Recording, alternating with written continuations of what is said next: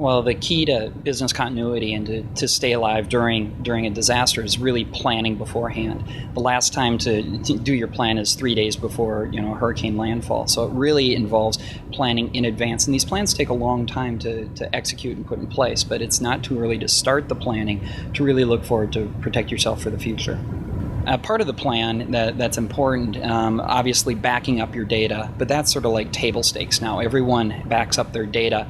During a disaster, what often happens is that people will have the data protected in tape form, but they'll be running around with tapes, nowhere to load them. The systems will be down, and as we've come to understand is that when the systems are down, the law firm is down. No communication, no coordination, no document filings, no preparation for litigation, etc. So really, understanding having the data safe is just sort of table stakes. Where we're seeing the market move to is now more that business continuity, so that if something does happen to your primary location, your secondary location can take over and run those base services for you.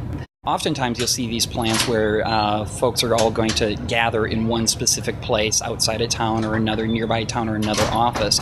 And what we've seen through 9/11 and Katrina and now with Gustav and Ike, that really doesn't happen. In reality, people are taking care of their families and sort of scattering. And especially after Katrina, we saw that people were all throughout 50 United States and trying to connect back in remotely. And a lot of firms had central meeting places that just really people didn't go there very often. They really did work remotely. So putting your plan in place, understanding that firm employees have families that they're taking care of and are all going to different destinations, and the one common thread that binds them all together is internet access, and people are coming in through the internet. So the best plans that we've seen have that provision built into them.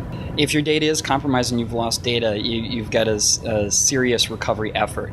A lot of the statistics that came out to show that firms that have had significant data loss tend to lose a significant amount of business, if not fold altogether.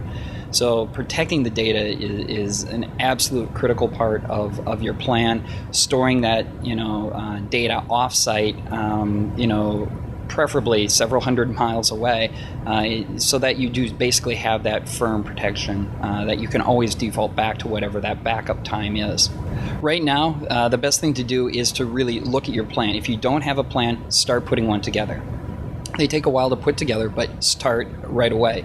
If you have a plan in place, you need to make sure that you do a couple different things. Refresh it. A lot of times plans can be done as a concerted effort, and then they sit on the shelf and they're not either tested, which is very important to do an annual test of your plan to make sure everything falls into place, but then also updated. The firm changes, applications change, data changes, clients change, and making sure that you can keep that plan up to date it needs to be part of someone's job to keep that plan up to date.